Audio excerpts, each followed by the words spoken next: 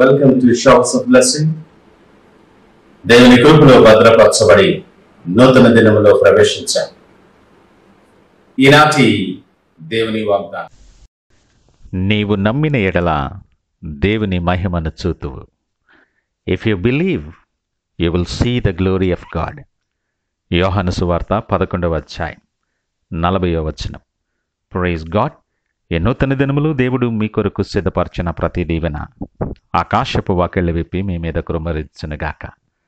మరి యొక్క నూతన దినాన్ని ఆరంభిస్తున్న నేపథ్యంలో ప్రేమ కలిగిన వాగ్దానము ద్వారా దేవుడు మనల్ని దర్శిస్తూ ఉన్నాడు. దేవుని కార్యాలను గురించి, దేవుని మహిమను గురించి అనేక సార్లు నువ్వు బోధించగా వినుండొచ్చు. అనేక సార్లు ఈ మాట నువ్వు వినుండొచ్చు, సాక్ష్యాలు వినుండొచ్చు.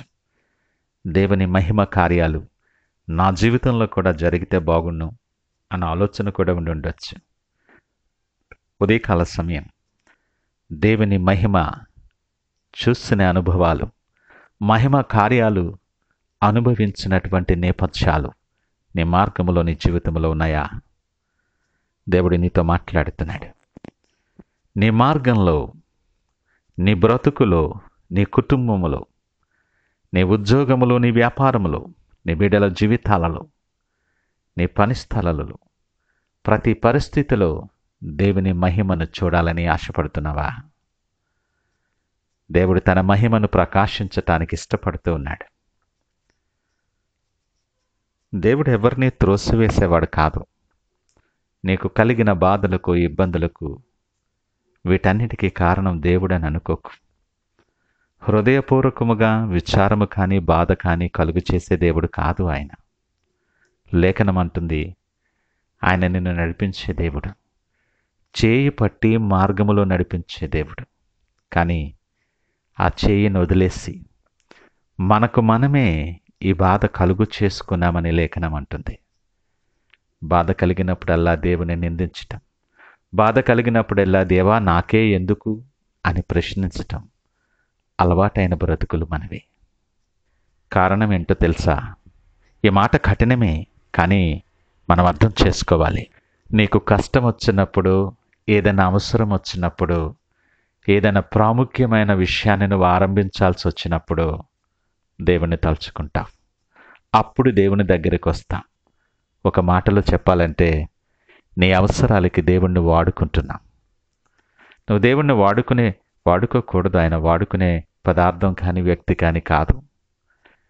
ఆయన సర్వశక్తిమంతుడైన దేవుడు. ఆయనను వేడుకోవాలి కానీ వాడుకోకూడదు. చాలాసార్లు ప్రార్థన చేస్తాం, అయా నీ మహిమ కార్యము నా జీవితాల్లో జరిగించు, నా కుటుంబాల్లో జరిగించు అని. మీరు అడిగినను మీ భోగముల నిమిత్తము మీరు అడుగుతున్నారు గనక మీకేమీ దొరకటం లేదని లేఖనం మాట్లాడుతుంది. ఒకసారి ఆలోచన చేద్దాం.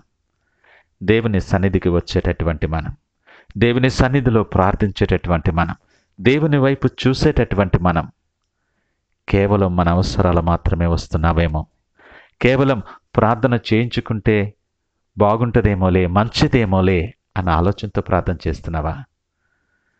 ప్రార్థన చేస్తే దేవుడు ఆలకిస్తాడు.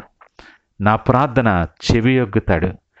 ఆయన తప్పక నా కార్యము సఫలము చేస్తాడన్న నమ్మిక, విశ్వాసం నీలో ఉందా? నీ క్రైస్తవత్వం, నీ క్రైస్తవ జీవితం ఎక్కడ మంచిది దొరుకుతుందంటే అక్కడికి పారిపోయే లోకము రీతిలో ఉందేమో ఆలోచన చేయి. ఈ యథార్థత లేనటువంటి బ్రతుకులు, మనస్సాక్షి లేనటువంటి బ్రతుకులు బ్రతుకుతున్నావేమో. ఈ ఉదయకాల సమయం దేవుడు నిన్ను హెచ్చరిస్తూనే, నిన్ను ప్రేమిస్తూ నీకు వాగ్దానం ఇస్తున్నాడు. నువ్వు నమ్మటం ఆరంభిస్తే, నువ్వు నమ్మితే చాలు, దేవుని మహిమను నువ్వు చూడగలవు.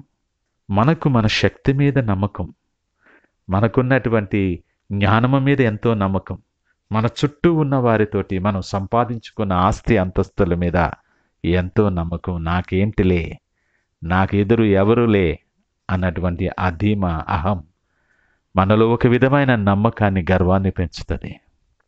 వీటి నేపథ్యంలో నాకేం పర్వాలేదులే అనుకున్న నేపథ్యంలో దేవునికి ఎక్కడ స్థానం ఉండదు. దేవుడు కనిపించుకుంటూ ఉంటున్నాడు. దేవుని మీద నమ్మకం ఎక్కడ? దేవుడు అంటున్నాడు, నమ్ముట నీ వలనైతే అవుతుందా? నమ్ముట నీ వలనైతే నమ్మువానికి సమస్తమును సాధ్యమే. విశ్వాసము లేకుండా ఆయనకి ఇష్టడైండుట అసాధ్యం. నీ నమ్మకం ఎంత యథార్థంగా ఉందో ఆయన అంటున్నాడు కదా, ఆయన నమ్మదగినవాడు, కానీ మనం నమ్మదగని వారం. ఇంకా నువ్వు అలాగే కొనసాగుతున్నావేమో. నీ కొరకే దేవుడు మాట్లాడుతున్నాడు. నా కుమారుడా, నా కుమార్తె, నీ జీవితంలో, నీ మార్గంలో, నీ కుటుంబాల్లో, నీ ఉద్యోగంలో, వ్యాపారంలో దేవుని మహిమ కార్యాన్ని చూడాలి అని నువ్వు ఆశపడితే నేను సిద్ధం. నమ్మటానికి నువ్వు సిద్ధమా? నీవు నమ్మిన ఎడల దేవుని మహిమను చూస్తావంటున్నాడు. ఒక విధంగా నీ ఆత్మీయ జీవితానికి సవాలే దేవుడు విసురుతున్నాడు. నువ్వు నమ్ము, నమ్మితే నా మహిమను చూస్తావు. నమ్మగలవా?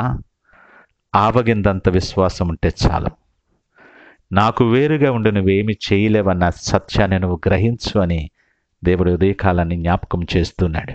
నిన్నింక నువ్వు ప్రేమించే దేవుడు, ఏ ఒక్కరూ కష్టపడకూడదని ఇష్టపడే దేవుడు, ఏ ఒక్కరూ తప్పిపోకూడదని ఆశ కలిగిన దేవుడు నిన్ను ప్రేమించి నీతో మాట్లాడుతున్నాడు. నీ జీవితంలో, నీ కుటుంబంలో తన మహిమ కార్యాలు నువ్వు అనుభవించాలని, తద్వారా తండ్రి ఘనపరచబడాలని ఇష్టపడుతూ ఈ పిలుపు నీకు ఇస్తున్నాడు. నీ భారాన్ని ఆయన మీద మోపి సంపూర్ణ విశ్వాసముతో ఈ ఉదయకాలాన్ని ప్రార్థన చేస్తూ ఈ దినాన్ని ఆరంభిద్దామా? ప్రార్థించుకుందాం. పరిశుద్ధుడు, ప్రేమ నమ్మకమైన మా యేసయ్య స్తోత్రాలు. నమ్ముట నీ వలనైతే నమ్మువానికి సమస్తమును సాధ్యమే అన్నావు. సమస్తమును సాధ్యము చేయగలిగిన దేవా, మీకు వందనాలు. నీ మహిమ కార్యాలు మేము చూడాలని ఆశపడుతున్నాం. సంపూర్తిగా నమ్మటానికి నేను ఇష్టపడుతున్నాను. అపనమ్మకము కలగకుండా సహాయము దయచేసి మీరే మహిమ ఘనత ప్రభావాలు పొందుకోమని యేసు పరిశుద్ధ నామమున అడుగుచున్నాము తండ్రి. ఆమేన్. God bless you.